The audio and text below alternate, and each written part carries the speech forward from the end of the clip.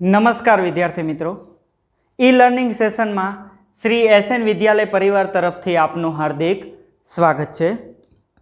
तो मित्रों, last video में आपणे हेरोनનું सूत्र चेप्टर नंबर 12 पूर्ण करेल हतुं। तो आज शुरू करिए आपणे चेप्टर नंबर 1। चेप्टर नंबर 1 तमारे आगळना धोरणों माटे खूब ज उपयोगी है। एनो दरेक पॉइंट तो જોઈએ આપણે શું છે ચેપ્ટર નંબર 1 નું નામ। તો કે ચેપ્ટર નંબર 1 સંખ્યા પદ્ધતિ।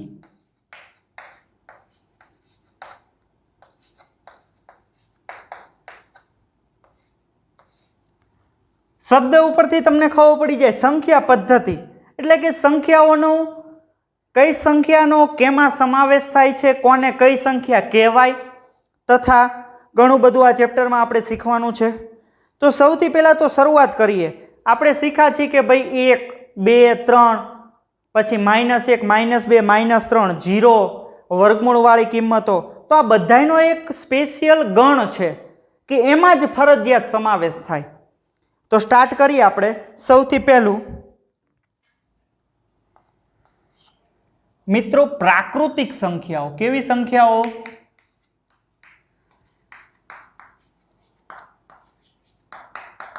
प्राकृतिक संख्याओं, जेने इंग्लिश में मित्रों कहेवामां आवे छे नेचरल नंबर। तो आ एन उठाई लीधो छे, पहलो एन नेचरल नंबर नो। तो मित्रों प्राकृतिक संख्या नो संकेत छे एन। शुं छे? एन। हवे एमां कई कई संख्या आवे? तो 1 2 3 4 5 6 अप टू अनंत। क्लियर? प्राकृतिक संख्याओं जेने इंग्लिश में कहेशुं आपणे नेचरल नंबर। तो एनो पहलो एन उठाई लीधो छे आपणे संकेत तरीके। तो कैपिटल एन बराबर 1 2 3 4 5 6 अप टू अनंत सुधी। तो मित्रों प्राकृतिक संख्या में संकेत पूछे तो शुं आवशे? एन। पछी एवुं पूछवामां आवे नानामां नानी प्राकृतिक संख्या, तो के 1। आमां 0 के ऋण संख्या के बीजी एक ही संख्या आवे नहीं, 1 थी आगळ अनंत सुधी जई सके छे। क्लियर? नंबर 2 पूर्ण संख्याओं, जेने आपणे कहेशुं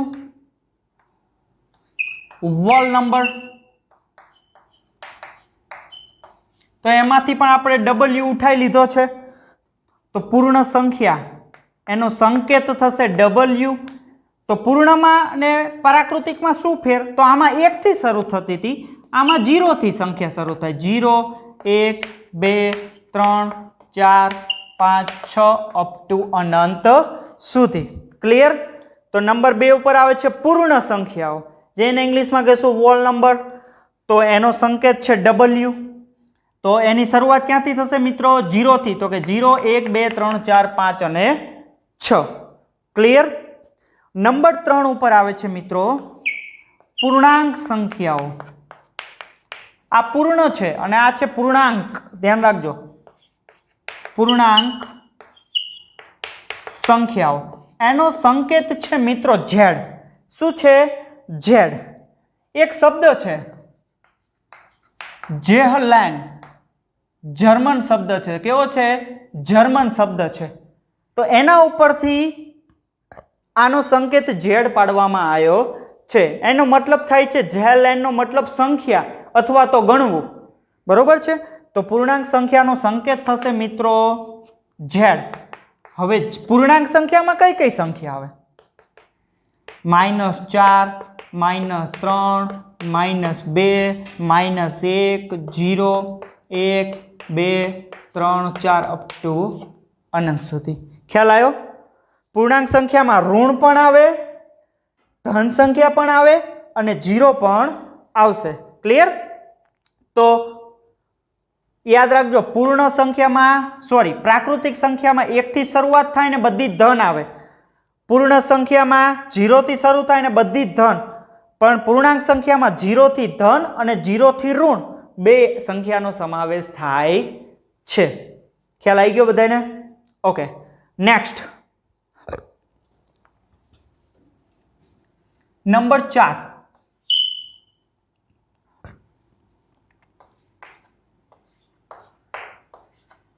સમય સંખ્યાઓ.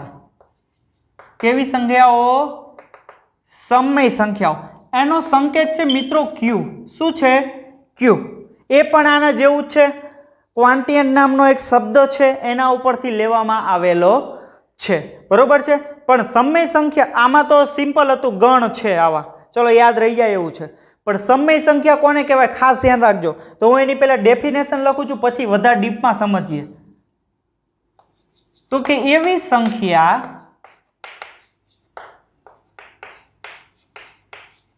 કે જેને p/q સ્વરૂપે દર્શાવી શકાય. સમય સંખ્યા કોને કહેવાય? તો કે એવી સંખ્યા કે જેને p/q સ્વરૂપે દર્શાવી શકાય. હવે તમને એમ થાય p/q સ્વરૂપ એટલે શું? તો કહું છું. તો કે જ્યાં સમય સંખ્યા q બરાબર p/q, એમાં p બિલોંગ્સ ટુ z અને q બિલોંગ્સ ટુ n હોવું જોઈએ. હવે તમને એમ થાય કે આ શું છે? મૂંઝાવાની જરૂર નથી, ચાલો સમજાવું છું એટલે ઉદાહરણ સાથે, એટલે ઓટોમેટિકલી આ જે લખ્યું છે ને ખબર પડી જશે.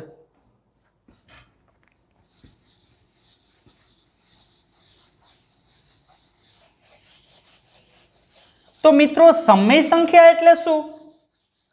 તો કે જેને p/q સ્વરૂપે દર્શાવી શકાય. હવે તમને પ્રશ્ન થાય કે આ p/q સ્વરૂપ એટલે કેવું સ્વરૂપ? ભાઈ આ p/q સ્વરૂપ એટલે કેવું સ્વરૂપ? એવો પ્રશ્ન થવો જોઈએ.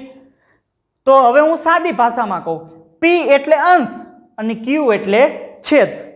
તો કે જે સંખ્યાને અંશ અને છેદ સ્વરૂપે દર્શાવી શકાતી હોય એને સમય સંખ્યા કહેવામાં આવે છે. પરંતુ એટલાય લિમિટ નથી, એનો અમુક નિયમ છે. શું નિયમ?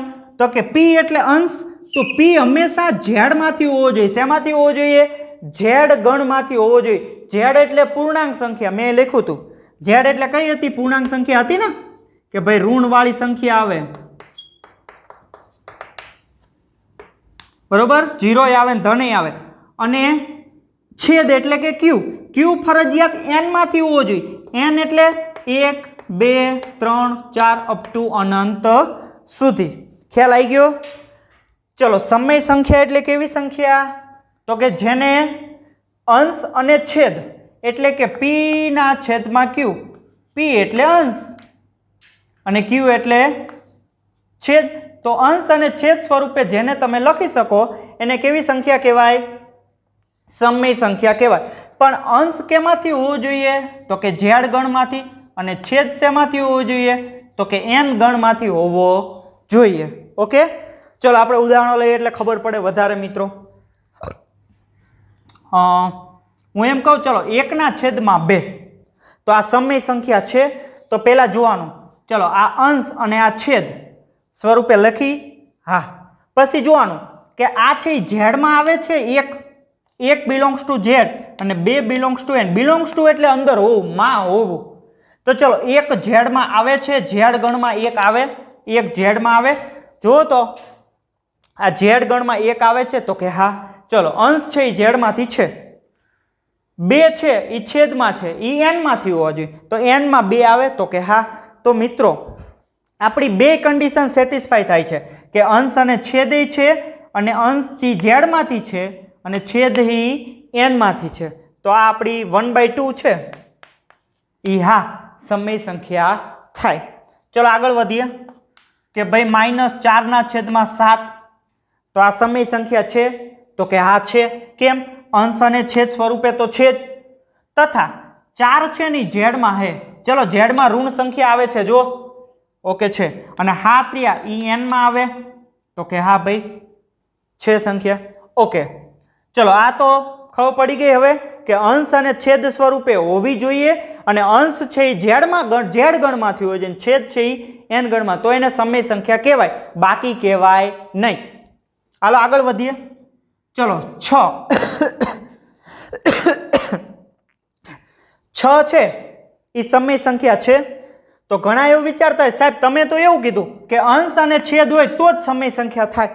તો મિત્રો આ સમય સંખ્યા થશે. કેમ? અંશ છે, છેદ નથી, તો છેદમાં કંઈ નથી તો કેટલા કહેવાય ભાઈ? એક તો કહેવાય જ ને. તો મિત્રો 6 બરાબર આવું લખાય, 6/1. તો ચલો 6 જુઓ તો ઝેડમાં હે, હા ભાઈ ઝેડમાં 6 આવે, ધન સંખ્યા. તથા 1 છે એ n માંથી હોવો જોઈએ, તો n માં 1 આવે, દેખીતું જ છે. ગણ તમારા મગજમાં આવવો જોઈએ કે ઝેડ ગણમાં શું આવે ને n ગણમાં શું આવે. તો 6 એ સમય સંખ્યા છે. ચલો 7 એ સમય સંખ્યા છે, તો કે હા. કેમ? તો કે 7/1 લખી શકાય, તો કે આ તમારો થઈ ગયો p અને આ છેદમાં થઈ ગયો q, એટલે કે p/q સ્વરૂપે દર્શાવી શકાય. તથા 7 છે એ ઝેડમાં છે અને 1 છે એ n માંથી છે, કારણ કે ઝેડમાં આમ આગળ વધો 1 2 3 અપ ટુ 7, એટલે 7 આવવાના અને n માં પહેલો જ અંક આવશે 1.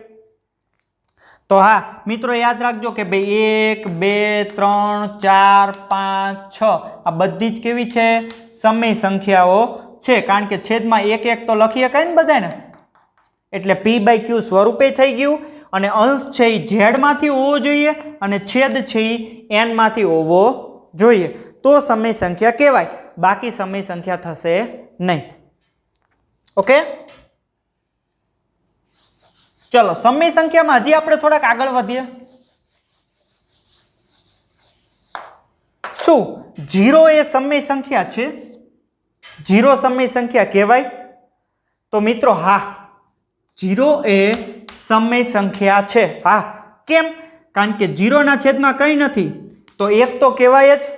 હાલો ચલો 0 છે એટલે કે અંશ એ ઝેડમાં આવે, તો કે હા આ ઝેડ ગણ છે એમાં જો આ રહ્યો 0 છે ને, તો કે આવે છે. ચલો 1 n માં તો આવે જ છે, તો મિત્રો 0 છે એ હા સમય સંખ્યા છે. યાદ રાખજો 0 છે એ સમય સંખ્યા છે. પણ આવું હોય તો 1/0 તો નો સમય સંખ્યા થાય, કારણ કે છેદમાં બિલોંગ્સ ટુ n હોવું જોઈએ. n એટલે શું? 1 2 3 4 અપ ટુ એ સંખ્યા હાલે, 0 ચાલે નહીં, એટલે કે નોટ બિલોંગ્સ ટુ. તો છેદમાં ક્યારેય સમય સંખ્યામાં 0 હોય નહીં, યાદ રાખજો. ઓકે, ચલો અસમય સંખ્યા નંબર 5. અસમય સંખ્યા મિત્રો યાદ રાખજો, સમય સંખ્યા છે એને રેશનલ નંબર કહેવાય. શું કહેવાય? ઇંગ્લિશમાં નામ છે એનું રેશનલ નંબર, અને અસમય સંખ્યાનું છે irrational number. Irrational number. Okay, ચલો તો સમય તો ખબર પડી ગઈ ને. હવે અસમય, તો કે જેને p/q સ્વરૂપે દર્શાવી ન શકાય, એટલે કે અંશ અને છેદ સ્વરૂપે ના દર્શાવી શકો, એ બધી કેવી સંખ્યા? અસમય સંખ્યા છે. તો દાખલા તરીકે વર્ગમૂળમાં 5, તો વર્ગમૂળમાં 5 છે એ અસમય સંખ્યા છે. કેમ? તમને એમ થાય સાહેબ છેદમાં તો 1 લખી શકાય, આ તો લખી નાખો 1. ચલો 1 છે n માંથી છે, પણ અંશ છે એ ઝેડમાંથી હોવો જોઈએ ને. તો ચલો ઝેડમાં ક્યાંય આવી વર્ગમૂળ વાળી સંખ્યા છે? ઝેડ ગણ જુઓ તો આ ઝેડ છે, એમાં ઋણ આવે, ધન આવે અને 0 આવે. વર્ગમૂળ વાળી સંખ્યા ક્યાંય આવતી નથી, તો આપણા નિયમનું ઉલ્લંઘન થાય છે. અંશ છે એ ઝેડમાંથી હોવો જોઈએ, તો એ નથી, નોટ બિલોંગ્સ ટુ. તો મિત્રો આ વર્ગમૂળ વાળી સંખ્યા છે એ કેવી થશે? અસમય સંખ્યા થાય. તો બધી વર્ગમૂળ વાળી સંખ્યા અસમય. વર્ગમૂળમાં 7 અસમય, વર્ગમૂળમાં 6 અસમય, વર્ગમૂળમાં 11 અસમય. બરોબર, કારણ કે આ બધી છે છેદમાં 1 લખી શકાય, પણ કોઈ દી વર્ગમૂળમાં 7 છે એ ઝેડમાં આવે નહીં, એટલે કે નોટ બિલોંગ્સ ટુ. તો તેથી આ કેવી થઈ? અસમય સંખ્યા થઈ, કારણ કે એને અંશ અને છેદ સ્વરૂપે આપણે લખી શકશું નહીં. ઓકે, તો વર્ગમૂળ વાળી જેટલી સંખ્યા છે એ બધી કેવી છે? અસમય સંખ્યા. પરંતુ આમાંય થોડુંક ટ્વિસ્ટ છે. હાલો મને કહો તો વર્ગમૂળમાં 25 સમય કે અસમય? તો તમે કહેશો સાહેબ તમે કીધું તું વર્ગમૂળ વાળી બધી અસમય. તો મિત્રો 25 છે ને સમય થશે. કેમ? તો કે ચલો 25 નું વર્ગમૂળ કેટલું થાય? 5. તો 5 ના છેદમાં 1 લખી શકાય, તો ચલો 5 છે એ ઝેડમાં આવે છે તો કે હા આવે 5, અને 1 છે એ એનમાં આવે છે તો કે હા. તો મિત્રો વર્ગમૂળમાં 25 છે એ સમય સંખ્યા થશે. ચલો વર્ગમૂળમાં 49 એ સમય છે અસમય તો કે સમય, ભલે વર્ગમૂળ છે તોય સમય. કેમ? કારણ કે 49 નું વર્ગમૂળ 7, તો 7 ના છેદમાં 1 લખીએ કઈ ને. તો ચલો 7 છે એ ઝેડમાં છે અને 1 છે એ એનમાં આવે છે તથા p/q સ્વરૂપે લખી શકીએ છીએ. તો તેથી 49 25 આ બધી કેવી થશે? વર્ગમૂળ છે તોય સમય સંખ્યા થાય. ખ્યાલ આવી ગયો બધાને? તો યાદ રાખવાનું. કેમ? તો કે જેનું પૂર્ણ વર્ગમૂળ નથી નીકળતું, ચલો 5 નું નો નીકળે, 7 નું નો નીકળે, 6 નું નો નીકળે, 11 નું પૂર્ણ વર્ગમૂળ નો નીકળે, બરોબર?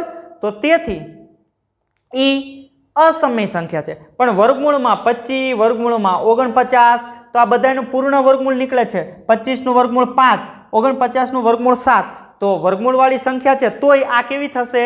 સમય સંખ્યા થાય. ખ્યાલ આવ્યો ને? કેમ? કારણ કે અંશ અને છેદ સ્વરૂપે લખી શકીએ છીએ. જ્યારે આ કોઈનું તો વર્ગમૂળ નીકળવાનું જ નથી, એટલે કે અંશ છે એ ઝેડમાં નથી આવતો, એટલે અસમય સંખ્યા છે. ક્લિયર? તો ફરીવાર આપણે એકવાર રિપીટ કરી લઈએ. ચલો, સૌથી પહેલા આવશે પ્રાકૃતિક સંખ્યા, એને કહેશું આપણે n. શું કહેશું? n. તો એમાં કઈ સંખ્યા આવે? તો કે 1 2 3 અપ ટુ અનંત સુધી. પછી આવશે પૂર્ણ સંખ્યા, તો એને દર્શાવશું w વડે, તો કે 0 1 2 3 અપ ટુ અનંત સુધી. ક્લિયર? પછી આવશે પૂર્ણાંક સંખ્યા, તો પૂર્ણાંક સંખ્યામાં ઋણ સંખ્યા આવે, -3 -2 -1 0 1 2 અને 3 ઋણ આવે, ધન આવે અને 0 સંખ્યા નો સમાવેશ પૂર્ણાંક સંખ્યામાં થાય. પછી શીખા સમય. સમય એટલે શું? તો કે p/q સ્વરૂપ. p/q એટલે શું? તો કે અંશ અને છેદ સ્વરૂપે દર્શાવી શકાતી હોય. પણ મિત્રો આ કન્ડિશન યાદ રાખવાની કે p છે એ ઝેડમાંથી હોવો જોઈએ અને q છે એ n માંથી. એટલે કે અંશ છે ને એ તમારો આ ઝેડ ગણમાંથી હોવો જોઈએ. કયા ગણમાંથી? આ ઝેડમાંથી કોઈ પણ સંખ્યા હોવી જોઈએ. અને q એટલે છેદ, તો છેદ n માંથી હોવો જોઈએ. એટલે કે છેદ છે આ n માંથી કોઈ સંખ્યા હોવી જોઈએ. જો એવું થાય તો સમય સંખ્યા છે. ખ્યાલ આવી ગયો ને બધાને? તો ફરીવાર કે જે સંખ્યાને p/q સ્વરૂપ એટલે કે અંશ અને છેદ સ્વરૂપે દર્શાવી શકાતું હોય અને p છે એ ઝેડમાંથી હોવો જોઈએ અને q છે એ n માંથી હોવો જોઈએ, બરોબર? p એટલે અંશ, q એટલે છેદ, તો સમય સંખ્યા થાય. જો આનું પાલન થાય છે તો સમય સંખ્યા, પાલન નથી થતું તો અસમય સંખ્યા. ક્લિયર? અને મિત્રો એક ખાસ યાદ રાખજો, અસમય સંખ્યામાં પાઈ છે ને એ મિત્રો કેવી છે? અસમય સંખ્યા છે. ઓકે? તો આ હતી આપણી આજની થિયરી ચેપ્ટર નંબર 1 ની, બરોબર છે? તો આને રિલેટેડ આપણે 1.1 સ્વાધ્યાય આવતા લેક્ચરમાં શરૂ કરશું, બરોબર છે?